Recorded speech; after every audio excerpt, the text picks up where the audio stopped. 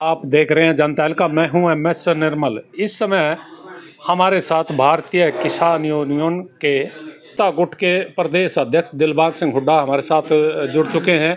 किसानों की बात होगी, किसानों के मुद्दों को लेकर के किस तरह की रणनीति बनाई जा रही है वो बात होगी। किसानों को बहुत सारी हकों की लड़ाइयाँ हैं, वो लड़ी जा रही थी।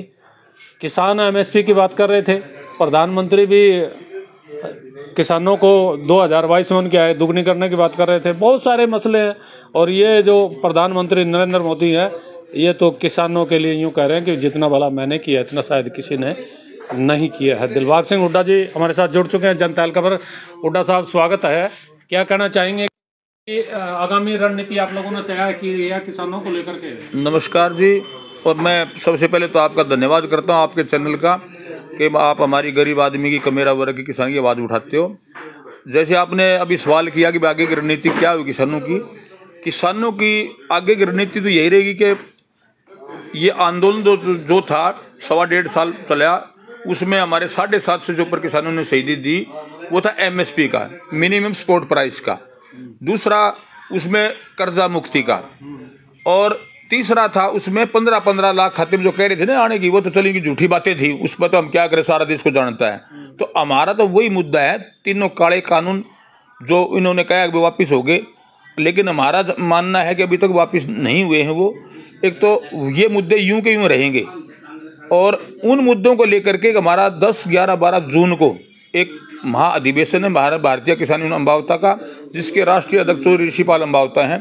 वो आएंगे और उसमें स्टेट वाइज अलग अलग जो मुद्दे हैं उन पे बात की जाएगी, और आगे की रणनीति के बारे में बात की जाएगी कि भाई आगे किस प्रकार से हमने जो किसानों के मुद्दे हैं जितने भी हैं, क्षेत्र वाइज वो मुद्दे हैं, और मेन तो MSP का ही रहेगा, मिनिमम सपोर्ट प्राइस का।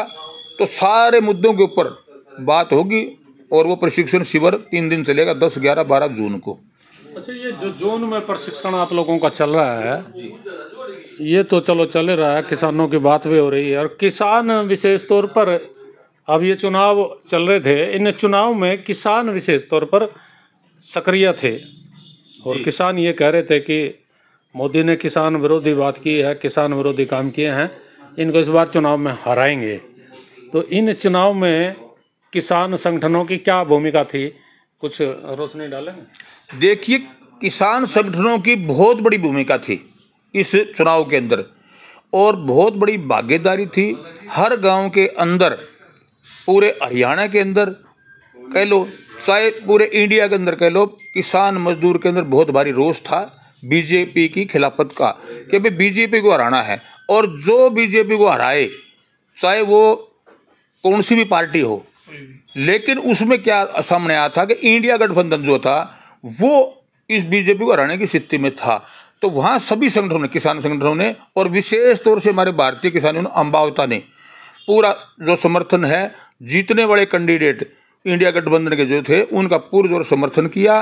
चाहे हमारे यहाँ अपने राज बब्बर जी थे गुड़गांव से, तो हमारे राष्ट्रीय अध्यक्ष ऋषिपाल अम्बावता ने गुड़गांव में मीटिंग बुलाई थी, उनका भी खुले तौर से समर्थन किया था। मैं समर्थन आप लोगों ने किया, लेकिन बहुत सारे संगठन काम कर रहे हैं। कोई संगठन इनेलो के साथ भी हरियाणा में रहा है, और उन्होंने समर्थन चढ़ूनी का विशेष तौर पर जिक्र करें, गुरनाम सिंह चढ़ूनी, उन्हें इनेलो को समर्थन दे दिया है। और ये जो अलग अलग गुटों को समर्थन देना, और कुछ लोग संगठन तो चुपके बैठे हुए थे, कर हम राजनीति में हिस्सेदारी नहीं करते।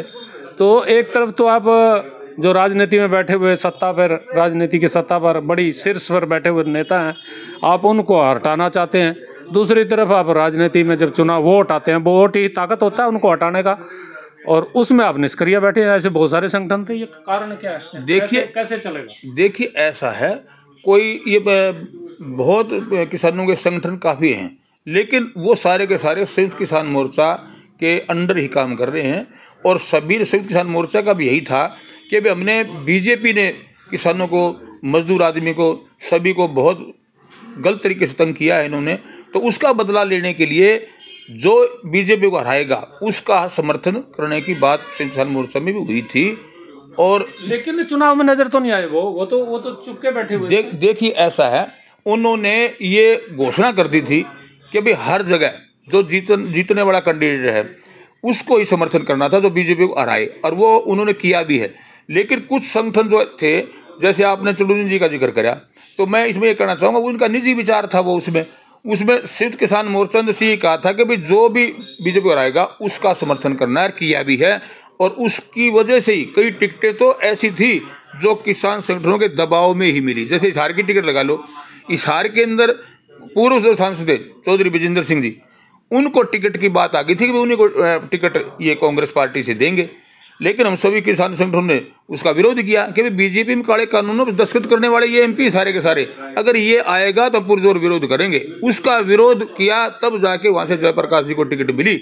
ऑल इंडिया कांग्रेस कमेटी कार्यालय मीटिंग थी, उसमें हमारे संगठन से हम गए थे, हमने भी उनको। चलो ये तो मसला दूसरा, हम इस समय किसान संगठनों की बात कर रहे हैं, किसान मजदूरों की बात कर रहे हैं और इन संगठनों की भूमिका पर बात कर रहे हैं। अब आगामी जो कुछ कदम हैं, जैसे किसानों के मसले हैं, जब किसानों के मसले समाधान आप कह रहे हैं हुए नहीं, तो वो तो ज्यों के त्यों खड़े हैं। अब आगामी क्या रणनीति आप लोग बना रहे हैं?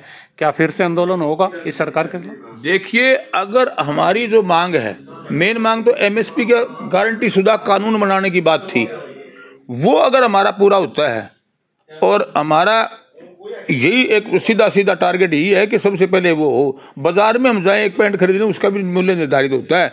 किसान की फसल की बोली लगती है मंडियों के अंदर, मैं तो बोली लगना ही शब्द गलत मानता हूँ।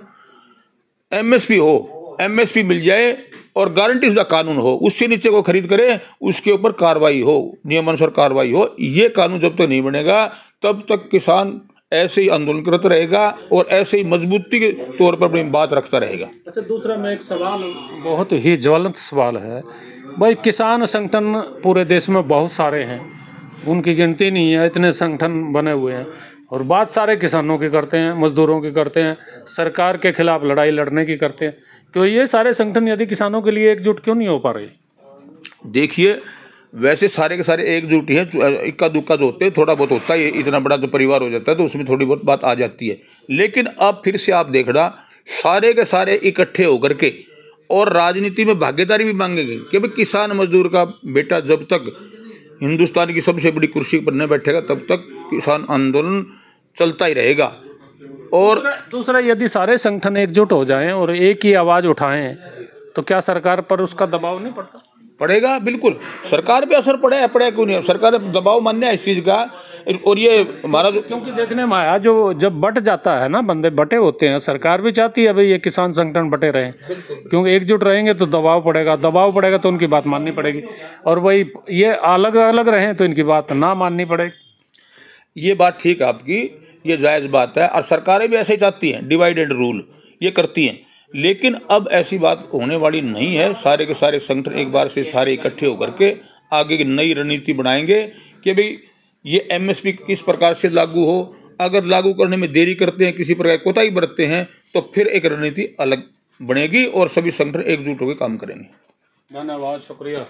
ये इस समय दिलबाग सिंह हुड्डा जो भारतीय किसान यूनियन अमावता गुट के प्रदेश अध्यक्ष हैं, उन्होंने अपनी बात रखी है, किसानों के मसले रखे हैं, सरकार की नीयत रखी है, सरकार की सोच रखी है कि सरकारें किसानों के प्रति सोच क्या रखते हैं। बातें बहुत बहुत बड़ी बड़ी होती हैं, लेकिन जब किसानों को हक देने की बात आती है तो सभी हाथ पीछे खींच लेते हैं। आप देखते रहिए जनता दल का, लेकिन दिलबाग सिंह हुड्डा हाथ पीछे नहीं खींच रहे, हाथ जोड़ रहे हैं।